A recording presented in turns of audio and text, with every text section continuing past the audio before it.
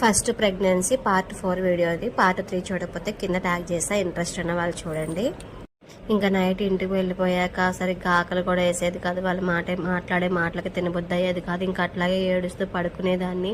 ఎప్పుడు మారుస్తావు దేవుడా నా జీవితం, పెళ్ళవక ముందు తప్పలా, పెళ్ళైనాక తప్పలా, ఏంటి నా జీవితం అని మా ఆయనకి అన్నీ చెప్పుకొని బాధపడేదాన్ని. తను ఒక్కటే నాకు సపోర్టింగ్గా నిలబడేవాళ్ళు. ఎప్పుడూ కూడా నాకు ధైర్యం చెప్తూ ఉండేవాళ్ళు.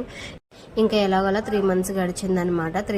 3rd month ఎండింగ్కి ఇంకా డాక్టర్ని కలుద్దామని చెప్పి డాక్టర్ దగ్గరికి వెళ్ళాం. 3rd monthలో వెళ్ళాలి కదా ఎట్లాగో ఇంకా అని చెప్పి 3rd monthలో మిడిల్లో రమ్మన్నారు. ఇంకా 3rd month ఎండింగ్కి వెళ్ళామన్నమాట. ఇంకా అప్పుడు డాక్టర్ మాకు షాకింగ్ విషయం చెప్పింది.